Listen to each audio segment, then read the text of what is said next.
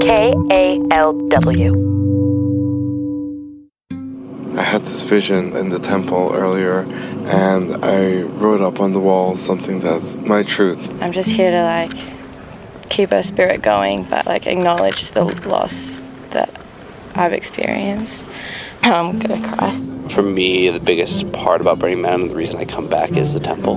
When we were blessing the temple, the wind was blowing, but when we got to her, I mentioned her name, the wind kind of stopped. The first time I ever walked into one, it changed my life. It's probably the one place at Burning Man that is what I consider sacred. My wife and I wanted to go have a child, and it took us over 2.5 years to have a child. And it was really hard.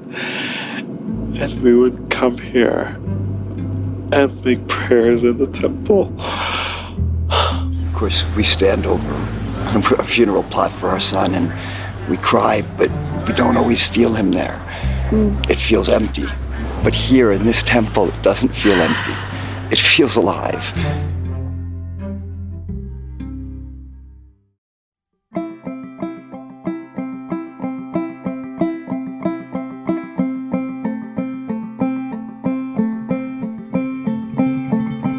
Welcome back to the intersection at Burning Man. Deep in the Black Rock Desert, way beyond the theme camps and the man that gives the event its name, there's another elaborate wooden structure. It blends art and architecture inside and out. And arguably, it's the sacred and spiritual center of Burning Man. Burners simply call it the temple. Grief is perhaps the most apparent emotion expressed and experienced here. That grief that comes with losing a loved one, and the more diffuse grief that can come with simply being alive on this planet at this moment. If we ever needed a place to grieve, it's now. A pandemic rages, much of the country is on fire, and we are finally confronting the injustices faced by Black Americans. Instead of communing in Black Rock City and contemplating at the temple, this year we have to settle for digital approximations of both, at home and in private. But it begs the question, why do burners have such a strong attachment to a temporary structure that's little more than wood and nails? Reporter Jonathan Davis began searching for the answer last August in Oakland, California. That's where the 2019 temple was being constructed. He then followed it to the Nevada desert, where it was gifted to the temporary city of Burners. This is the temple and Jonathan's journey.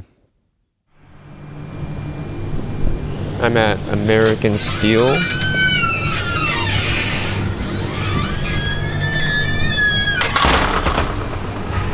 Looking for bay number 2, where Jordy is building the temple. Over the last 20 years, a massive open-air wooden structure known as the temple has been built annually for Burning Man's Black Rock City. And while each of those temples may feel similar year to year, the temple is reimagined and redesigned by the artist who built it. Okay, here we go, Bay 2. Artists from around the world submit their proposals, and only one is chosen. I'm here at American Steel to interview this year's winning artist. Jordy, over there in the black t-shirt on the left. Thank you. Jordy Vanderbosch. Finding Jordy's not that easy. American Steel is huge. Big industrial art is made here.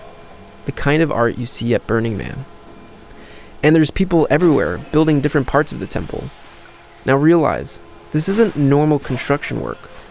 First of all, these are all volunteers. And second, building the temple is laden with a different kind of meaning and emotion. I'm doing this all for my buddy John King, who died this year. He in his heart, he was a burner many years, and so every piece of wood I'm cutting for him, man. That brings me to tears. Yeah. Adam Schindelman goes by Sugar Bear on the playa. He's a large, muscular man using a table saw to cut pieces of wood. He, along with dozens of others, are on this year's temple crew, a team of volunteer artists and builders, both professional and amateur, each with a personal connection to the temple and a reason for building it. I've been to Burning Man in the past, so I'm aware of the range of feelings that people bring to the temple, including grief and loss. But in this moment with Sugar Bear, I'm having an emotional experience. I'm being reminded that I've stepped into working on this particular story during a challenging moment in my life. You see, my father seems to be declining. Over the last several months, my dad, Alan, has been experiencing some sort of physical weakening. His doctors aren't particularly worried. They think it's normal given he's in his 80s. And it's true, he does sound okay. Hi guys, hope you had a good time or having a good time. I'm in bed now, I'm going to go to sleep. Thank you for calling. Adios. Talk to you later. Goodbye. Having always had an aging father, one who had me in his 50s, I've been extra attentive to his health. And right now, I do feel like something's off. So I've been questioning whether I should even go to the burn. What if I go and something bad happens while I'm gone? What if I could have been home to help?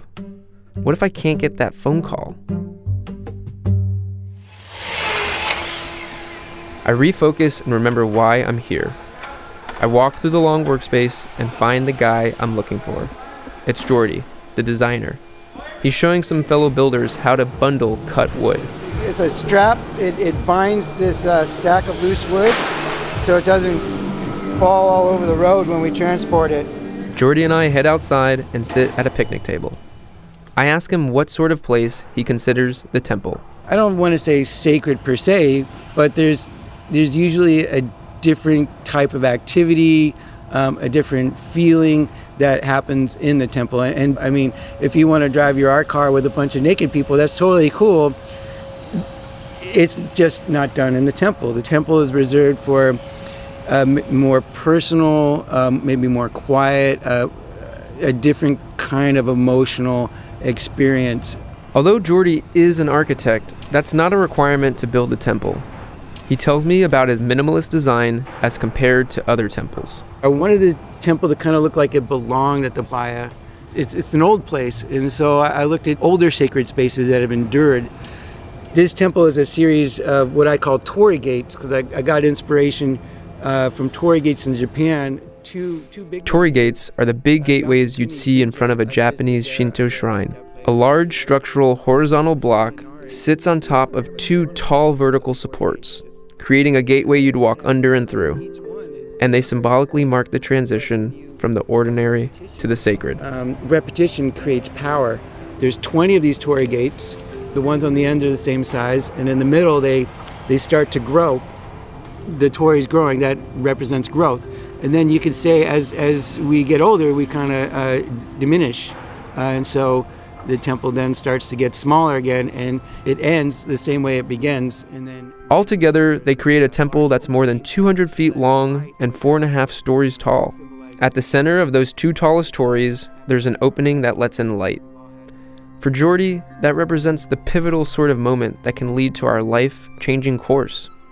And for all these reasons, he chose to name this temple the Temple of Direction.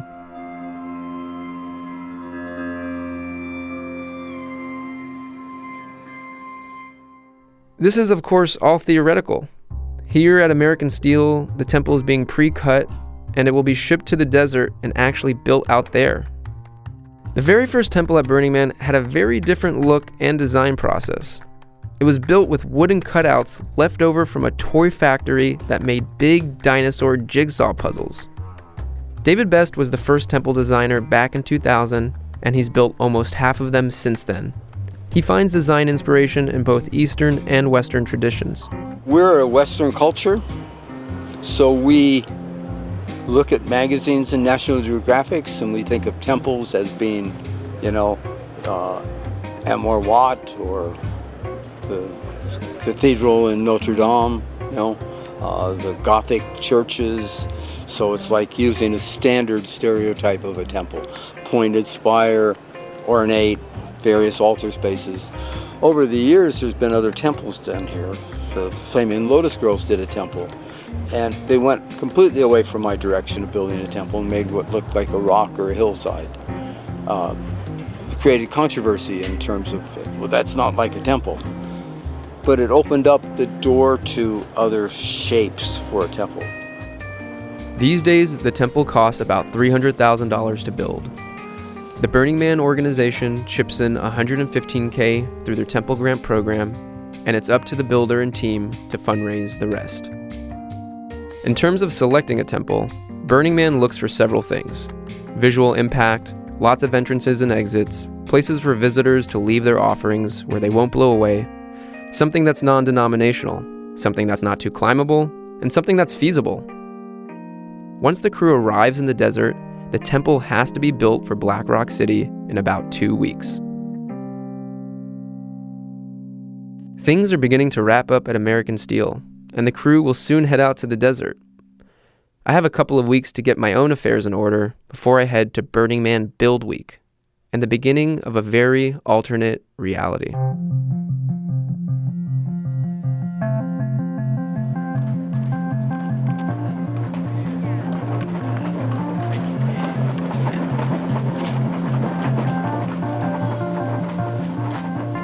I'm now in the middle of the very hot and very dusty Black Rock Desert. I'm now at Burning Man. It's Thursday, 2 days before Gate, when the event officially begins, and 2 days before the temple is supposed to open. I arrive to the build site and head inside of the temple as construction is happening. I quickly run into Jordy. I'm a little worn out. With bloodshot eyes behind a very dusty face, Jordy looks a bit exhausted. I ask him if he's learned any lessons as a first-time temple builder. Yeah, be willing to fire the right people. You don't have to be everybody's friend.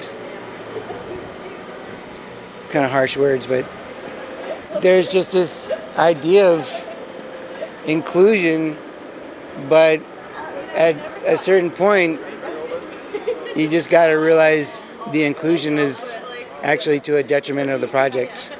But according to Burning Man, inclusion is a part of the goal. The people that volunteer to build the temple don't need to be the people that have the most skills. My name is Katie Hazard, and that is my real last name, and I'm the head of the art department at Burning Man. Obviously, you need good carpenters and a range of people like that, but you need to find a place for the woman whose son just committed suicide that needs to put this time into putting her heart and her body and her soul into working in community with other people. The goal isn't to have the temple open on Sunday morning and beautiful. That's one of the goals. But it's the process as much as the product that's important. So there's some contentiousness. In fact, everywhere I turn during the making of this story, people are deeply upset with Jordy and frustrated with his approach to building the temple. Yes, Burning Man is not without conflict and ego. But the temple is an offering that is meant to go past all that. And the goal to have it open and ready for the community is that unifying vision. So, the building goes on. I bump into someone supervising the construction of the Tories. Her name is Soren Kim, and she's one of the build leads. I ask her how the temple build is moving along from her perspective. We're doing really, really well right now. We built 20 Tories, and we've got 5 left to set. They're getting bolted together and braced to be lifted. And we got this VR here that's going to lift them up. And What's a VR? It's like a forklift on crack. Instead of just going up and down, it's got like an arm, and it can like reach up and out. They're actually looking like we might open on time this year. Is that a rarity? That's a rarity for Temple. Maybe Temple crew gets to go actually see Burning Man this year.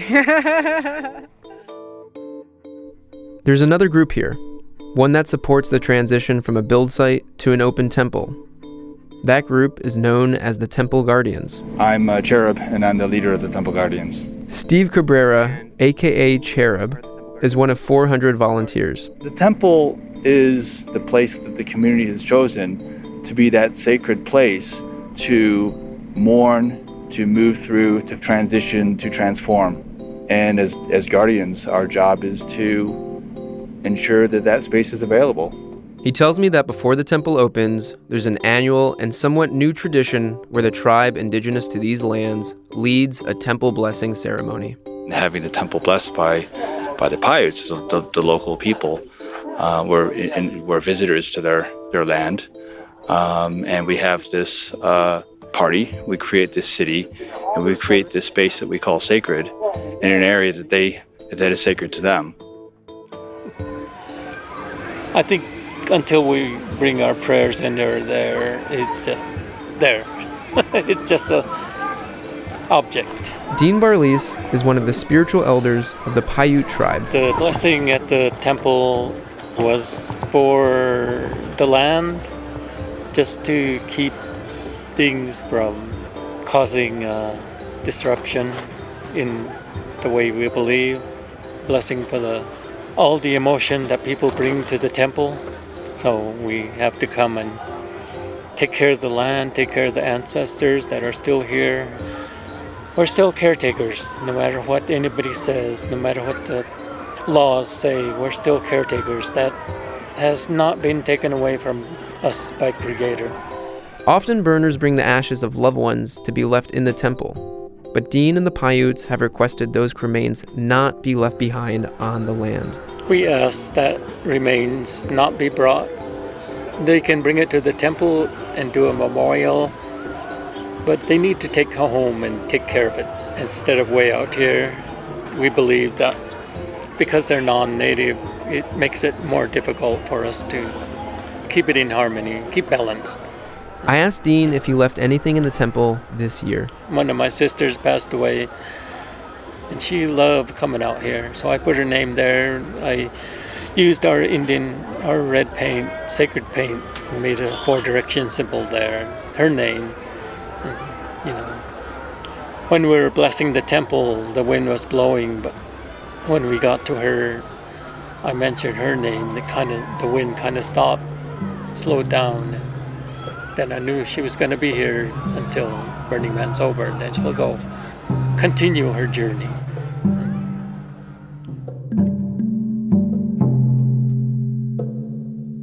It's now Sunday morning. The gates to Burning Man officially opened at midnight.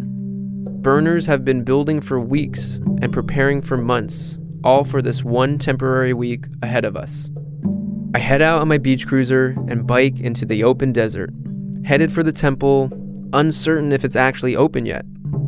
As I exit the city, I pass the esplanade, the perimeter that marks the beginning of the city grid and home to some of the biggest and loudest camps at Burning Man. I keep riding, and I can now see the speck of a temple out in the distance. I pass the man, who towers at 6 stories tall and will be burned down in a week. I bike deeper and deeper, passing all sorts of interesting and intricate art, but I stay focused on the distant structure rising from the dust. The massive line of tories, growing to a high peak at the center, creates a profile like the Golden Gate Bridge. I finally reach the temple. People are around. In fact, it appears the temple's been open for hours. I park my bike, take a deep breath, and walk in. I'm at the temple right now. Already the walls are covered in the names of those who've been lost, and pictures and collages and poems, memorials to those who have passed, to those things that people are grieving. People are supporting others, helping them put up and place their art. It's very somber, very quiet. Bass rolls in the background from the city, but this place is something different. Burners are transforming the space from a mere wooden building to something more. As visitors attach their memorials to the wooden tories with staple guns, others write their messages directly onto them with permanent markers. Some folks just quietly read and contemplate. I'm still at Burning Man, but the vibe inside here is as if I'm somewhere else entirely. And that's the thing that's making me wonder whether I should be somewhere else. Surrounded by all these tributes, I'm thinking a lot about Dad. I wonder how he's doing. I think of him and his voice and how we always joke around. No, you're recording. I turned it off. I don't know that to be true. Come look at it. I don't know if it's off. You didn't fucking turn it off. You're fucking lying. No. I know you're fucking lying. What are you gonna ask?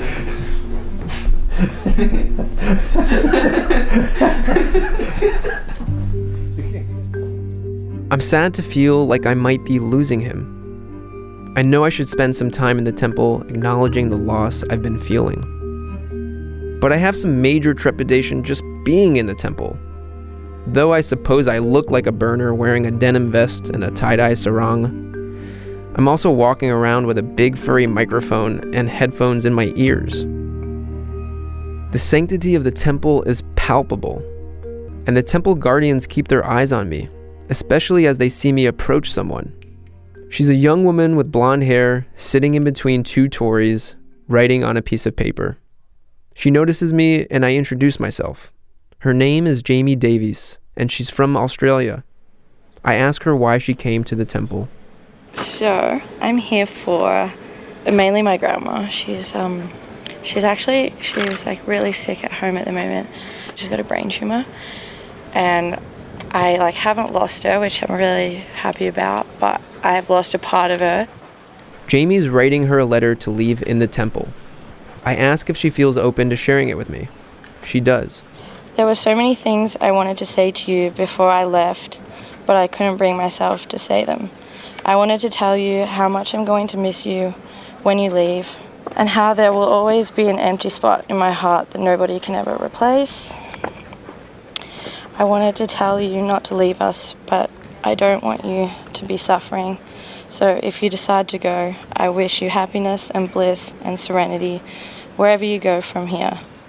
Jamie says her grandma would have loved the playa. I mean, she's never been to Burning Man, but she's like a burner.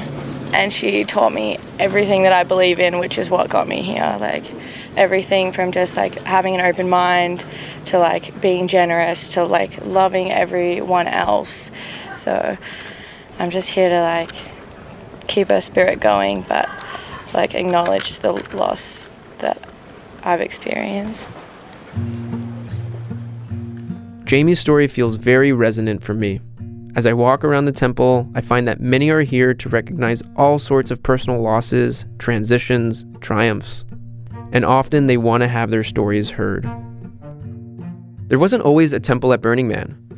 Back in 1986, when the very first man was burned, the event was a tiny and nameless summer solstice gathering. 20 free-spirited friends came together on San Francisco's Baker Beach. They built an 8-foot-tall wooden man effigy and set it on fire. By 1990, the event had come to be known as Burning Man, and its growth had already forced it to move from Baker Beach to Nevada's Black Rock Desert.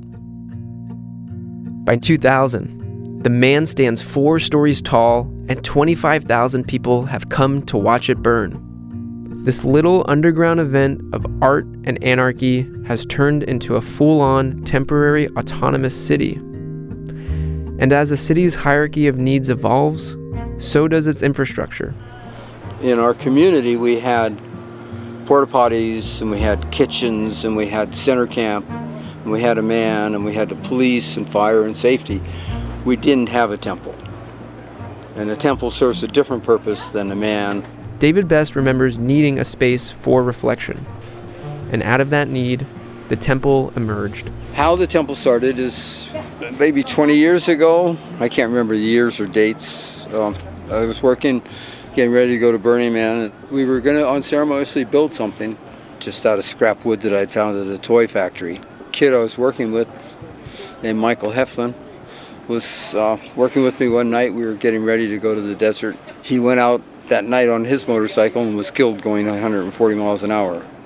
We were like a week away from going to Burning Man. But at the cemetery, at the gravesite, Michael's friends said, Michael would have wanted us to go to the desert. So when we went, it became obvious to these kids who were young that it's the first time they'd had death. And as we were working, it became clear that we were making a tribute to a friend. David Best built this first temple with artist Jack Hay, Michael Heflin's friends, and a slew of random burners who just wandered up to help. Interestingly, David and Jack had named the structure they were to build Temple of Mind, well before Michael Heflin had died. After his death, they decided to make this yet-to-be-built and so-called temple a tribute to him. Even upon arriving to the desert, they had no idea what the Temple of Mind was actually going to look like, and no plan for it to have a reverential atmosphere. But by the end of the event, every part of this temple had been written on with messages, Altars had been spontaneously constructed, and new rituals had been created. The temple returned the next year, and it kept returning, each time a new shape and design, each year becoming ever more embedded into the mythology of Burning Man. When I build the temple, I'm the carpenter. I'm not the priest. So people come and put their own beliefs in it, you know.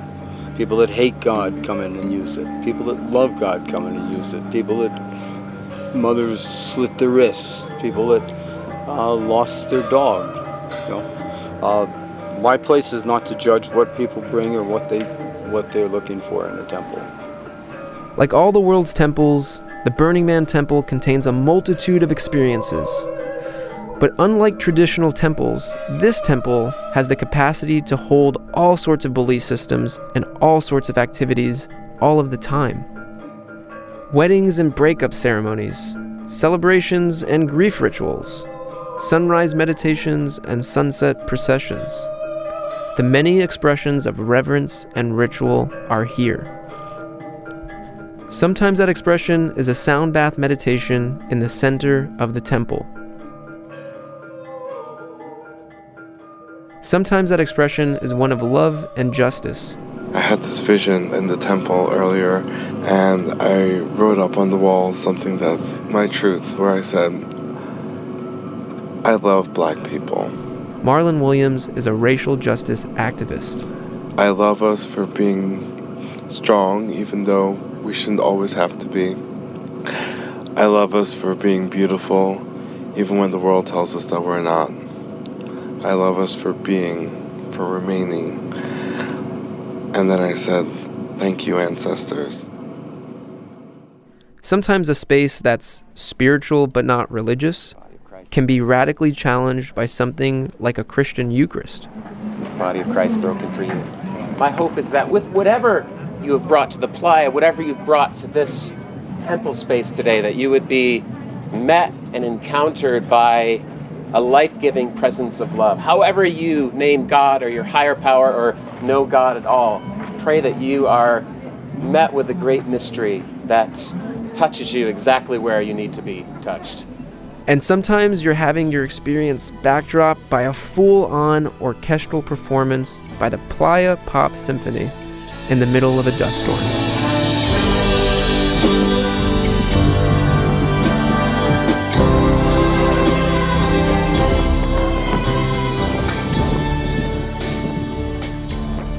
Still, one of the most common uses of the temple connects to its roots, when David Best and others built a structure to honor their friend and their grief. That's why Harry and Grace Swordlove are here. They read to me the memorial they've placed inside of the temple. I wrote my son, my boy, my heart, how much I love you, how very much I miss you, Mama. His name was Michael, but on the playa he was Magic. And he earned that name. Last year was his and his mom's first year here. When you meet Michael, you immediately got to know him because he was that type of person, warm and giving and loving and accepting and non-judgmental. He just loved people. After he graduated last year, he decided he wanted to do more, learn more. So he went off to decide to live in a kibbutz in Israel for 6 months. On March 9th of this year, I'm at home and I get a call from my sister. My mom, who was in a assisted living dementia care unit, had passed away. And so as I'm on the phone with the funeral director, I get a beeping on the phone and I answer it, and it's the U.S. Embassy in Tel Aviv. And they told me that they had found my son. He was out camping with some friends from the kibbutz, and they were dancing all night long at the base of Mount Shlomo. And around 5 a.m., my son had a boundless energy, and he wanted to go see the sunrise. The sunrise, as it comes up over the Jordan Mountains and onto the Red Sea, it's one of the most beautiful in the world. And everybody else was tired and they were exhausted. My son, Magic, he wanted to go. So he went off, and they were half asleep in their tents. The last thing they heard was he was far off in the distance as he screamed at the top of his lungs, "I love you!" And he was just shouting out, whether it was for the echoes, whether it was for his friends, whether it was to God, or it was all of the above. And that was the last time anybody saw him. 7 hours later, it took 7 hours later for search and rescue to find him. But, you know,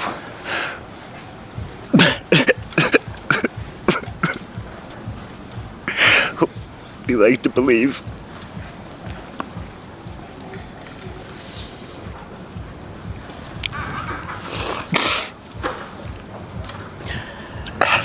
that he did see that sunrise.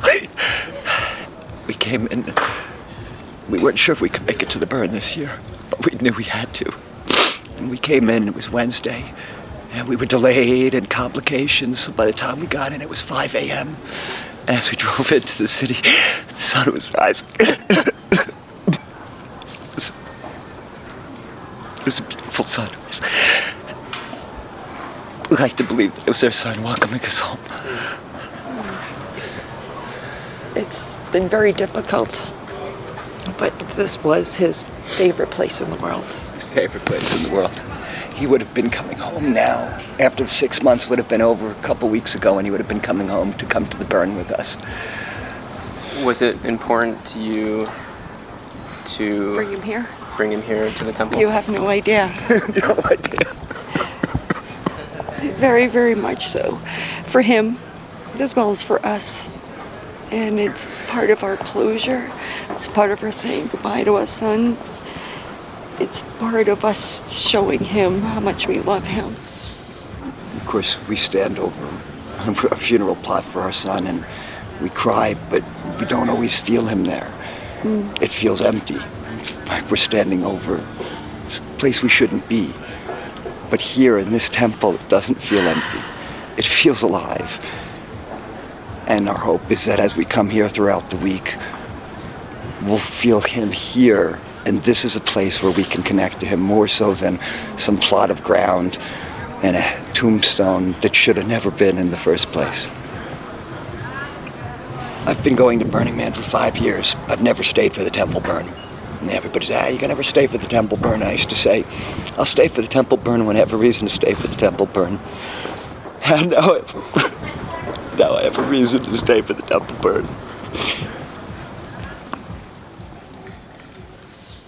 The memorial that Harry and Grace leave for Magic will burn, and so will everything that's now a part of the temple. That's because at the very end of Burning Man, the day after the man is burned, there's one final ritual that brings Black Rock City to its conclusion. The temple is lit on fire, and we watch it burn to ash. As you see in the temple burn, you have nearly 80,000 people gathered together in a circle, with all of their attention focused on this one thing. Like a Young is a death doula in training. To me, that's one of the most powerful things about that experience, is being able to see all of those folks together, with a shared intention, watching this thing come apart.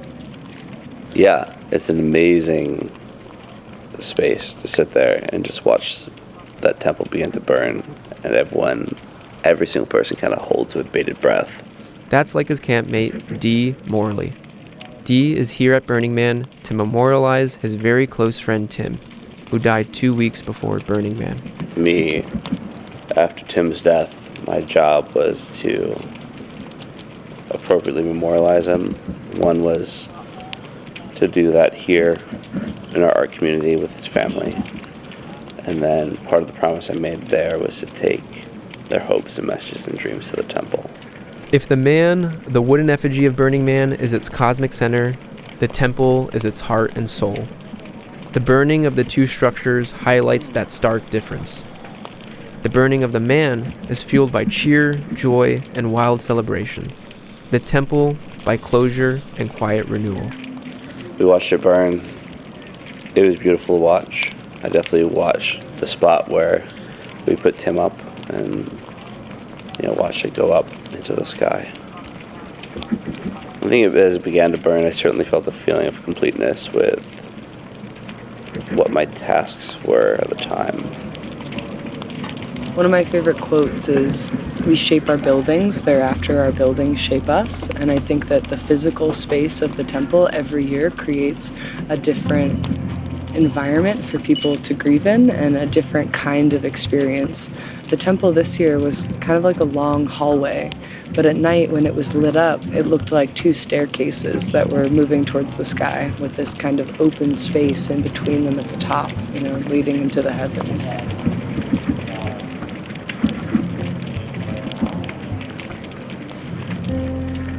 The idea that the temple arose as a need for those coming to Burning Man is true but incomplete. The bigger reality is that the temple came to be because it serves a real need in the actual lives of the people who enter it, beyond just Burning Man. Building and burning the temple as a radical grief ritual has actually moved beyond the desert. David Best and the temple crew have built structures around the world for communities stricken by grief. Like Derry, Ireland, where decades of pain and trauma from sectarian violence is still being healed. Or Parkland, Florida, where a 2018 mass shooting at a high school left 17 dead. In these places, the temple was built with the help of the community and burned in their presence. Back on that first day the temple opened on the playa, I wrote a note on its walls to my dad, a short prayer for ease and comfort. About 2 weeks after Burning Man, we found out that Dad had cancer. And about 2 months after that, during the making of this story, my father passed away, with me at his bedside. My note to him reminds me that the temple isn't anything but a structure. Its potency, however, is created by what's offered to it and the ceremony created around it. Burning Man is constantly creating rituals, both sacred and profane. The sacred kind perhaps exists in its oldest and most apparent form as the temple.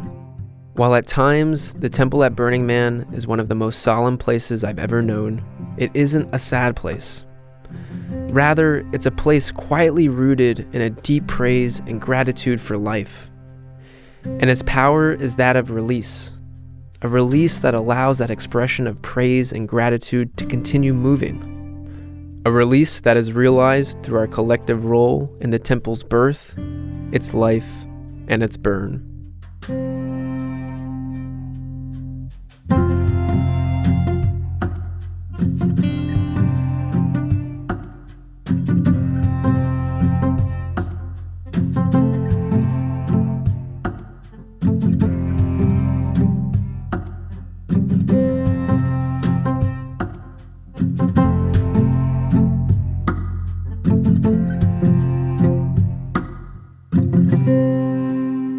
Thanks for listening. We'll be releasing new episodes of The Intersection at Burning Man all week long. In the next one, we'll hear about the history of the land and the original inhabitants. Do you know anything about the people who lived here before Burning Man? Whew, dang, I can't go back that far. All I can say is they were pretty fucking nice for letting us borrow this. This episode was lovingly and painstakingly reported and produced by Jonathan Davis, and it was edited by Ben Trefny and me. It was engineered by Gabe Graben with theme music from Eric Pearson. Don't miss an episode. Subscribe to the Intersection podcast wherever you get your audio fix. And if you want to know more about the project or the podcast, head to theintersection.fm. Until next time, I'm David Boyer, and this is The Intersection.